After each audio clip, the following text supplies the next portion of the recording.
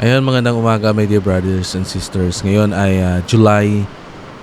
actually July 10, pero yung magla-live yung video na to is on July 16, 2026. Alam natin may bagyo ngayon and as I said kahapon, lumabas kami ng kaibigan kong member din na tumulong kami no sa kahit papaano sa mga um, hindi miyembro ng simbahan o miyembro man. Sariling initiative namin. Nabasa ako ng ulan. Medyo umaambon. I don't know, siguro sa panahon nagkasakit tayo.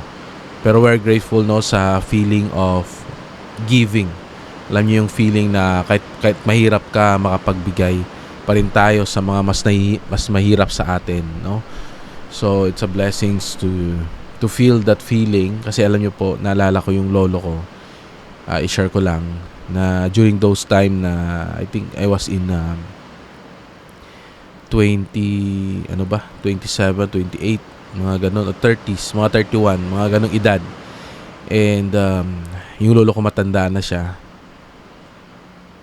Hindi pa ganun, actually yung bahay namin gawa din sa nipa. Pero kahit paano meron kaming income. Alam niyo po yun. Nagkaroon ako ng pagkukulang. Sabi ko, kasi yung lolo ko, nakatira siya sa pinakabunsong anak niya na babae. Tapos si Papa, malapit din sa kanila actually, nagtutulungan sila. But, you know, we have a relationship ni lolo kasi pag-uwi ko ng mission, siya yung nakasama ko eh. Ang ganun, hindi pa nagkabalikan yung parents ko. Siya yung nakasama ko sa bahay and we talk about it.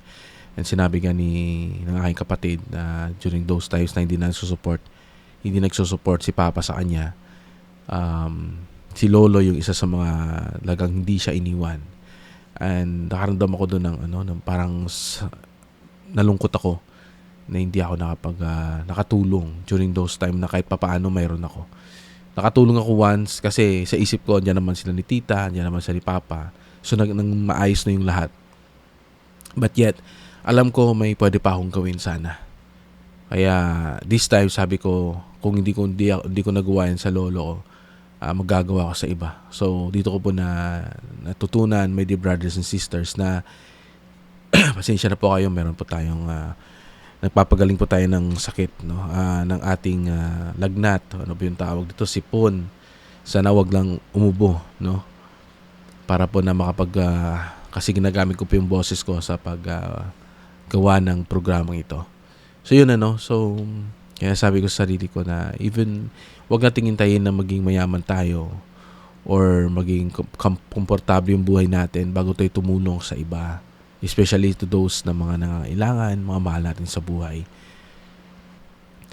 Sa panahong hindi tayo komportable gawin natin kasi hindi natin alam kung hanggang saan, di ba?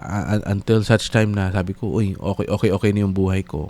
Kahit ngayon, masabi ko na kung titingnan ko lang yung status namin, no, na mag-asawa, pwede akong hindi tumulong kasi sabi ko marami pa akong dapat asikasuhin. Yun yung mga isa sa mga na mga factors bakit hindi tayo nakakatulong. Marami pa akong asikasuhin, marami pa akong gagawin, marami pa akong dapat tapusin, no, sa paggawa ng bahay, sa mga anak.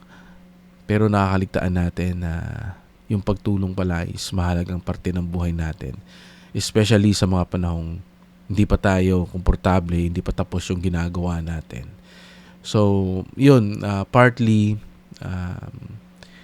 sa tulong ng kaibigan ko, nakapagawa kami ng yung parte ng aming advocacy is makatulong, hindi involve yung church dito as in personal namin. And sabi ko, God, in this way may babalik ko yung kahit hindi ako fully nakatulong sa lolo ko, at least nakatulong ako sa ibang tao. Na nakita ko kahapon si brother, no, habang bibigay ko yung 5 kilong bigas kasi yun lang yung makakaya natin ngayon. And nakita ko yung pagluha niya, papasalamat siya sa amin. And sabi ng kaibigan ko, sa 5 kilo, yung parang napaiyak si tatay. sabi ko sa kanya, para sa atin yung 5 kilo, parang ano lang yun pwedeng pang gasolina, pang ano tawag doon, pang snacks, no? Pamasyal. Pero kay tatay, buhay niya na yun. Kasi sabi nga ni tatay kahapon sa amin is, wala daw siyang bigas sa bahay. He is in the 75 years old na siya. And yung trabaho niya, nagpapa-wetting. Ayun, nagpapataya. And I'm not condemning yung trabaho niya. Kasi para sa akin, in that age, isa yun sa mga pinagkukunan niya ng hanap buhay. And yung feeling niya na sabi niya sa amin walang kita kasi may ulan yung mga tao, hindi sila nagpapataya. Is that the right term, no? Nagbibigay para magtaya. So though it's a blessing in disguise daw dahil napagbigay namin ng bigas na para magamit nila sa pamilya nila. He's 75 years old. And doon ko nakita ba na may mga tao pala na mas nangangailangan sa atin ng tulong. And because I have been given much, too much, anong term doon? Basta may sakit tayo, yung mind natin nakapektuhan, because I have been given much, I too must give. Ayun, ako din magbibigay, no? At anyways, yun yung nangyari kahapon. And medyo ngayon sana magtatrabaho kami today. But sabi ko muulan and then ayoko mabinat. Sabi ko sa kaibigan ko, I need to rest kasi ayoko mabinat, baka mabinat ako. And then bukas is Sunday, may trabaho pa tayo sa simbahan sa hapon. And then Monday, for sure balik na sa trabaho. Wala nang excuse. Alam niyo po 'yun, alam naman natin, 'di ba, sa trabaho, yung salitang may lagnat ako, may sakit ako, parang minsan hindi nakapanipaniwala dahil sa kalakaran ng mundo, no? Yung salitang ganyan. Sa simbahan, of course, pag may sakit ka, talagang nirerespeto at pinaniniwalaan. But sa labas, hindi na. No? Ako mismo saksi yan. Saksi ako sa ganyang mga bagay. Hindi ko naman nilalahat, Bakit nangyayari yun? Kasi dahil sa minsan ginagawa na siyang dahilan. So, naranasan ko yun. Sinabihan ako noon na you're just making an excuse para maka-absent ka, para makagala. So, hindi maganda. Kaya hindi ko na iniisip yun. Hindi nakakatulong na maging mabuti. So yun, that's the reality that we are facing in the world today. Alam mo yun, yung trust issues, mga lies, pagsisinungaling, nawawala na yung heart to give. Hindi naman nila lahat natin. But we need to start that in our heart. No, either you're doing it for content, you're doing it for job. Importante nakakatulong tayo. Nakikita man ng tao, hindi nakikita, magtulungan tayo. Kasi yung sabi ko sa kaibigan ko nga, sabi ko sa kanya, tingnan mo yung mga langgam, nagtutulungan sila. Natatapos sila yung trabaho na mabilis and organize sila pag may mga sakit. No, parang mayroon silang nursery, mga ganun. So napaka-organize ng langgam at na malayo yung nila, walang away, di ba? Napaka-strong nila. So sana ganun din tayo, mas mabilis yung progress if sana langgam tayo. Na hindi naman magiging langgam tayo yung pag-uugali natin, somehow may makukuha tayo sa kanila. No, sinabi kong somehow kahit paano may makukuha tayo sa kanila na pag-uugali ng langgam, no? So dito na po tayo sa 2 Kings chapter 21 verse 23. Yung binahagi ko po is parte din ng ating lesson for today. Na hopefully may nakukuha tayo, may napupulot tayo kahit paano sa mga small things. At alam ko yung mga small things na yan, great things shall come to pass. 2 Kings chapter 21 verse 23 sinabi, ang mga banal na kasulatan ay maaaring magbalik ng aking puso sa Panginoon. So dito sa 2 Kings chapter 21 to 23 ay naglalarawan ng isa sa pinakamadilim ngunit pinakamaningning na yugto na kasaysayan ng kaharian ng Juda. Matapos ang matapat na pamumuno ni Haring Hezekiah, pumalit ang kanyang anak na si Manase. Sa halip na ipagpatuloy ang pagsamba sa tunay na Diyos, ibinalik niya ang idolatriya, pagsamba sa Diyos-Diyusan, pangkukulam at maging ang paghahandog ng mga bata bilang alay sa mga Diyos-Diyosan. Sa 2 Kings chapter 21 verse 1 to 9. Imagine natin yung pinagtipan ng tao ng Diyos. The covenant people of God. No? Ay ganito yung kinahantungan. Of course, masabi natin in this generation maganda, pero sa mga next generation pwedeng hindi maganda. Pwedeng may kakulangan, may kakulangan si Haring Hezekiah kasi anak niya yun, no? Nakikita niya yung paglaki. Siguro naging busy siya sa ginagawa niya. Kaya naging ganyan yung anak niya kasi pwedeng maging rason na naging ganyan si Manasseh kasi pagpapalaki din ni Hezekiah. No, meron akong kwento na ibabahagi sa inyo regarding this. Sabi nga na ano man yung ating success sa labas, if failure tayo sa bahay, maging walang saysay yung ating success sa labas. So minsan gumagawa tayo ng mga bagay na nagpupuyat tayo, nagtatrabaho tayo ng grabe, no? Pero nakakalimutan natin yung pinaka-purpose nun, di ba? Para sa pamilya, yung ginagawa nating pagtatrabaho. Pero dahil sobrang busy tayo sa trabaho natin, hindi natin namamalayan na yung pinaka-importanting bagay nakakaligtaan natin, yung pamilya itself. May bibigay natin yung gusto nila, may bibigay natin yung mga needs nila, pero hindi na natin nabibigay yung pagmamahal natin. Akala natin yung pagbibigay ng mga bagay, material na bagay, is enough para na mapakita natin yung pagmamahal natin. Parte lang po yun, pero hindi yun ang kabuuan ng pagmamahal. Napakalaga po ng pagbibigay ng time. Even malayo tayo, yung ngayon meron na tayong technology that we could use sa pag-video call, pagtawag. You can do a family prayer while doing a video call, di po ba? Live chatting, ganon. So, pwede natin magamit yung technology by strengthening our family. Anything na pwede natin gawin, pagsusulat, na matulungan yung ating pamilya. Kasi, natin yung success kung failure naman tayo sa bahay. Yung sinasabi niyang failure, if yung mga anak natin nalalayo na sa Diyos, no, nakagawa na sila ng mga kamalian. And hindi ko lubos na masabi kung ano yung it is my point of view, my insight, ano. Pero kung makita natin, bakit si Manasseh, after nung umupo siya, hindi siya naging katulad ng kanyang amang na si Haring Hezekiah, na talagang naging tapat sa Diyos, pero siya ay iba, kasalungat. Hinayaan niya na bumalik ang pagsamba sa Diyos-Diyosan, even paghahandog ng mga bata bilang alay sa mga Diyos-Diyosan na yan. What went wrong? May isa akong na-interview na YSA adult before, na nagsiserve ako sa first counselor sa district presidency. Sabi ko sa kanya, how's your relationship with your dad? Relasyon mo sa tatay mo.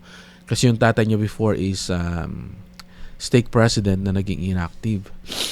Talagang hindi na maganda yung ginagawa. Sabi ko sa kanya, how's your relationship with your father? Back then, parang bigla na pumasok sa isip ko yung interview na yan. Sabi niya, hindi kami close. Doon ako parang sabi ko, how come? Kasi di ba pag automatic in that time sa isip ko, pag leader yung tatay mo, sigurado na close kayo kasi leading by example yun di ba? Pero sabi niya sa akin, hindi kami close. Sabi ko, bakit? Ano nangyari? Just curious lang ako. And sabi niya, dahil daw noon, parati daw siya sa simbahan yung tatay niya. Talagang parati sa simbahan, parating wala sa bahay. Hindi siya nabibigyan ng tuon. Ano kung ikailan siya sa mga kakapatid. Hanggang lumaki siya na hindi sila naging close ng tatay niya. So, hindi pala ibig sabihin nun na pag leader ka or spiritual leader ka, ay okay na, leading by example. Minsan merong tinatago. Ito yung sinasabi ko. Pag yung pagtuturo, hindi siya realidad. Yung pagtuturo, fantasy siya. Wala tayong mapapala dun. Puro lang flowering words. Napakalaga yung pagtuturo, dapat totoo. Sabi nga ng Diyos na the truth will set us free. Yung katotohanan, ito yung magpapalaya sa atin. Yung totoo, yung realidad na nangyayari. Tulad namin, binabagi ko po yung mga ganap sa buhay ko kahit papaano sa inyo para malaman nyo na I'm not perfect. I'm living in imperfect body. Nagkakasakit, nagkakamali, di ba? Minsan, nagagalit ako sa bahay. Pero dahil sa pag-share ko ng ganyan, natututo ako, umuunlad ako. Hindi naman ako tatakbo bilang isang mission president dito. The church is not a political church. It is a church of God. That is why, na okay lang. Diba? Ang mahalaga is natututo tayo bawat isa sa atin. Kayo at ako na nandito, nagbabahagi ng salita ng Diyos. So, balikan natin. Yun ang ginawa ni Manase. Ang ganda ng pangalan niya Manase. No, sa belong the 12 tribes of Israel. But akala natin yung gumagawa nito is yung mga pagans lamang. Pero hindi. Mismo yung mga Israelita yung gumagawa nito. Yung pagsamba sa Diyos-Diyosan at paghahandog ng mga ng mga sanggol. No, sa Diyos-Diyosan, ako po. Napakarumal-dumal ang ginagawa nila na ating mababasa sa 2 Kings chapter 21 verse 1 to 9. So I just make a conclusion sa unang parte na please tulungan ako ng Panginoon, ng ating Ama sa Langit na patibayin ako bilang ama, tayo maging example sa ating mga anak, yung closeness natin, yung paggabay natin, kasi alin natin yung success sa labas if failure tayo sa bahay. Naway maging successful tayo in both bahay, sa loob ng tahanan natin, sa mga anak natin, sa asawa natin. Ganun din sa labas na mabalance natin. So, yun. Pag huminto ako sa pagsasalita, uminom ako ng tubig para na ma-wash out yung mga toxic sa katawan natin. No, dahil sa kanyang kasamaan, naligaw ang buong bansa ng Juda at naging higit pang masama kaysa sa mga bansang pinalayas ng Panginoon sa lupang pangako. Pinaliwala ng mga tao ang mga babala ng mga propeta, kaya ipinahayag ng Panginoon na darating ang kanyang hatol sa Jerusalem. Nating mababasa sa 2 Kings chapter 21 verse 10 to 15. No? Imagine natin nang pumasok ang mga Israelita sa lupang pangako, ipinalayas ng Panginoon yung mga tao doon dahil sa pagsamba nila sa mga Diyos-Diyosan, pag-aalay nila, whatever man yung mga karumal-dumal na ginagawa. Ang sabi sa scripture, sa 2 Kings chapter 21 verse 10 to 15, mas malala pa yung ginawa ng mga Israelita. Imagine ba natin, maghahandog sila ng sanggol sa mga Diyos-Diyosan na yan. And they are the covenant people of God. Dito natin makikita yung pagbabago ng tao. In your generation, napakaganda. The next generation, next 2 generation pa darating. Tulad din sa nangyari sa Book of Mormon, sa panahon ni Nephi, yung mga anak-anak na nila, yun na, nagkakaroon na ng wars, pagbabago, turning around, pagtalikod sa katotohanan, sa salita ng Diyos. It's like a matter of kailangan ating bantayan. In our generation today, napakaganda. Kasi ako, isang akong tawag doon, unang membro. Pag sinabing unang membro is ako yung, may term doon ikaw yung una, mean to say, ikaw yung, yung pioneer sa pamilya mo. Like, ikaw yung una na binyagan No, in yung mga anak ko, second generation na sila. Yung mga apo ko, that will be a third generation. Wala pa naman akong apo. You are still young. But, may nakita ako na their father is a bishop. But yung mga anak nila, minsan naligaw na lang ng das. And that's, hindi tayo nag-iisa. Hindi tayo magsabi nating hindi lang naranasan natin ngayon lang. Even in the old days, ganun yung nangyayari, So pagkaraan ng paghahari ni Manases at Amon, naging hari ang batang si Josiah sa edad na 8 taon. Habang inaayos ang templo ng Panginoon, nagtagpuan ng punong saserdoteng si Hilkias ang aklat ng kautusan na ating mababasa sa 2 Kings chapter 22 verse 8. Nang narinig ni Josiah ang mga salita ng banal na kasulatan, napunit niya ang kanyang kasuotan bilang tanda ng pagsisisi at kalungkutan, sapagkat napagtanto niyang napakalayo ng kanilang bayan sa mga kautusan ng Diyos. Na ating mababasa sa 2 Kings chapter 22 verse 11 to 13.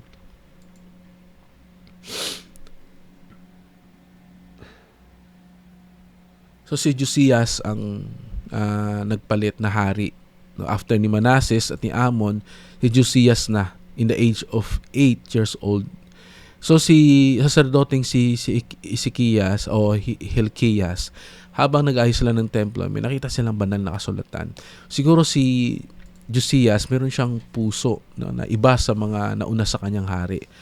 Maliban kay Hikiyas na mabuti, sumunod si Manases at Amon na masasamang kings, pumasok si Josias. Dito marirealize na may mga puso talagang pinanganak na mabubuti. No? Desire talaga nila na gumawa ng kabutihan. And dahil nabasa niya yun, pinunit niya yung damit niya. Kasi maraming kautusan pala na hindi nagagawa nila.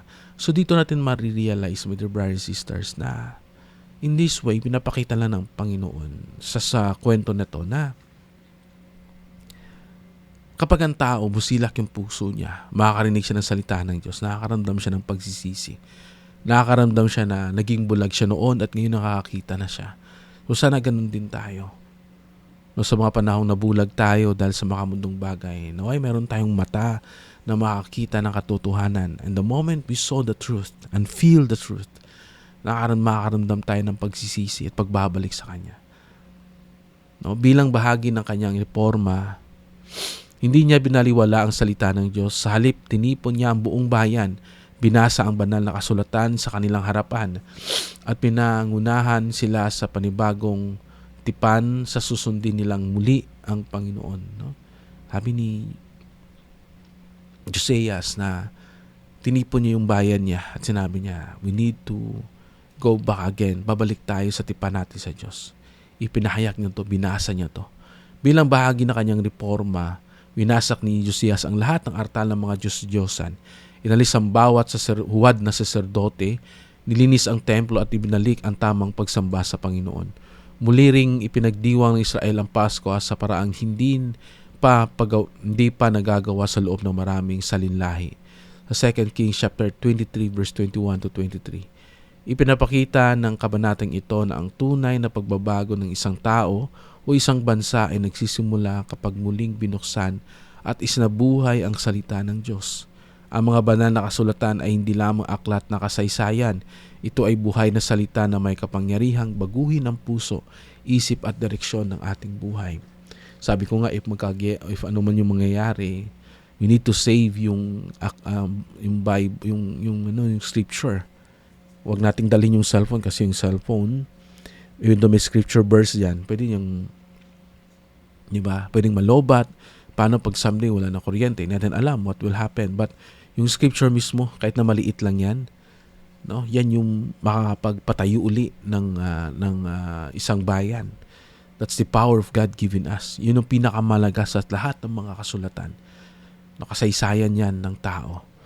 So paulit-ulit, bakit nangyayari, Brother Dave, na this generation may mabubuti, masasama? Dahil this is a time na pinipili ng Diyos o tinitest ng Diyos at tayo'y either in the good side or in the bad side. Tinitest tayo dito bago tayo makabalik. Kasi isang tao lang na masama, ilagay mo sa lahat ng kabutihan, pwede siya yung magiging virus na pwedeng kumalat at maging masama. No? So kailangan talagang secure or talagang yung pagpili within good and evil, napaka-importante sa buhay natin. No? Kaya napakahalaga po ng banal na kasulatan. Kaya mag-keep po tayo ng mga scriptures natin sa bahay. Ako po dito sa akin, meron pa ako ditong scriptures, no? Nakalagay lang siya doon sa kasi nagbabasa po ako sa aking cellphone na para pagdating ng araw, hindi natin alam. Maganda sana pag maliit, yung mga pocketbook. So magpibili ako nun. Tapos ilagay ko siya sa ziplock kasi hindi natin alam ano mangyayari. But we are ready. No, pwedeng malubat yung cellphone pero pwede natin magbasa ng banal na kasulatan. Kung mag-run out ng isang linggo o isang buwan, at least meron tayong binabasa. So my dear brothers and sisters, pasensya na po kayo, no? Yung aking boses namamalat. Parang annoying, but we can still manage to share the gospel of Jesus Christ. Sabi sa 2 Kings chapter 22 verse 8, aking nasusumpungan ang aklat ng kautusan sa bahay ng Panginoon. Napakaraming tao ngayon ang may Biblia o banal na kasulatan sa kanilang tahanan. Ngunit bihira naman itong basahin. Tulad ng nangyayari sa panahon ni Josias, maaring mayroon tayong access sa salita ng Diyos, ngunit hindi natin ito ginagamit. Kapag muling binuksan natin ang banal na kasulatan na may pananampalataya, Binubuksan din natin ang ating puso sa patnubay ng Panginoon. Ang tunay na pagbabago ay nagsisimula sa pakikinig sa Kanyang salita. No, marami sa atin ang may banal na kasulatan, either the scripture sa cellphone or yung libro mismo, pero hindi natin to nababasa. At ako din, no, minsan nagbabasa ako, hindi lang minsan, kadalasan nagbabasa ako, compliance lang. No, binabasa ko lang siya by compliance kasi gusto ko lang makapagbasa. That's reality. Hindi ko yun ikakaila. But hindi yun din yun maganda. Kailangan po natin na sundin yung mga kautusan ng Diyos, hindi lang dahil napilitan tayo or by compliance o dahil gusto natin ng biyaya. Lahat yun magaganda. Pero dahil gusto natin at mahal natin yung ginagawa natin. No? So, gawin natin kasi ito ay salita ng Diyos, no, na ibinibigay sa atin para matulungan tayo. Sa 2 Kings chapter 22 verse 11, at nangyari nang marinig ng hari ang mga salita ng aklat ng kautusan, ay kanyang pinunit ang kanyang mga damit. Maraming taong gustong makinig o makarinig ng mga salitang nagbibigay lamang ng kaginhawaan, di ba? Gusto lang ng iba na ay maganda yung nagsasalita sa pulpit kasi napaka-inspiring, puno ng bulaklakin. Ngunit ang salita ng Diyos ay minsan ding matuwid na nagpapakita ng ating mga kahinaan. Pero we don't want to listen to those speakers na bold magsalita na nagpapakita ng ating mga kahinaan. Even Jesus Christ itself, pinipili lang natin yung mga scriptures na inspiring. Be of good cheer, it is I, be not afraid. Ay, maganda yan. No, ano pa yung mga salita nun? Huwag kang mangamba, dito ako bilang mong Diyos. Pero pag mga salita na nagko-correct sa atin, kayo yung mga ulupong, na hindi kayo nakikinig sa aking mga salita, I don't want to listen to that. Mga ganun tayo, di ba? Ano pa yung mga salita na masakit na sinabi ng Diyos? Kayo mga hindi nagsasamba, kayo mga yung mga pride sa puso ninyo, we don't want to listen kasi masakit eh. But that's the reality na makapagbulat tayo pag ginagawa natin yan. Hindi naman tayo nasasaktan, but nare-remind lang tayo. So kailangan nating maging totoo at katotohanan, hindi lang yung mga puro bulaklaki mga salita. Kapag hinayaan nating baguhin tayo ng banal na kasulatan, nagiging mas mapagpakumbaba tayo at mas handang magsisisi o nagsisisi. Ang tunay na pananampalataya ay hindi lamang pakikinig sa salita ng Diyos, kundi pagpapahintulot na baguhin tayo nito. The scriptures, ito yung tumutulong sa atin na mabago tayo. Yung programang ito, hinihimay-himay natin kasi habang ako din sa sarili ko, hindi lang po ako nagbabahagi sa inyo, tinutulungan din po ako ng pagtuturo kong ito na mai-correct din yung tamang yung mga pagkakamali ko sa buhay, yung mga nangyayari sa akin araw-araw, na tinutulungan ako ng Diyos. Kasi if my desire is to help Him, it's not an easy way. May papasanin tayong krus araw-araw sa buhay natin. Pero sinasabi niya, it will be worth it. Naniniwala ako na nanampalataya na hindi niya tayo pababayaan.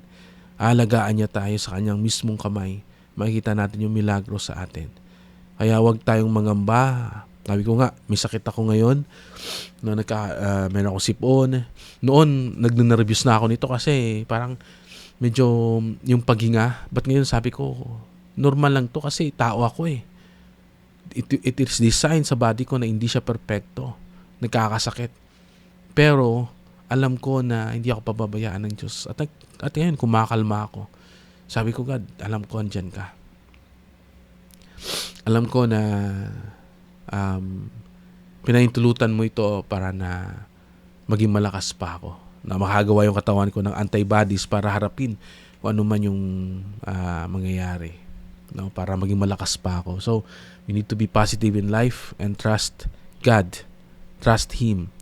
No, pagpapatuloy sa 2 Kings chapter 22 verse 13. Sapagkat dakila ang puot ng Panginoon, sapagkat ang ating mga magulang ay hindi nagsisunod sa mga salita ng aklat na ito. Kapag ang isang tao, pamilya o lipunan ay lumalayo sa salita ng Diyos, unti-unti ring lumalayo ang kanilang pamumuhay sa katotohanan. Ang banal na kasulatan ang nagsisilbing gabay upang manatili tayong nasa tamang landas.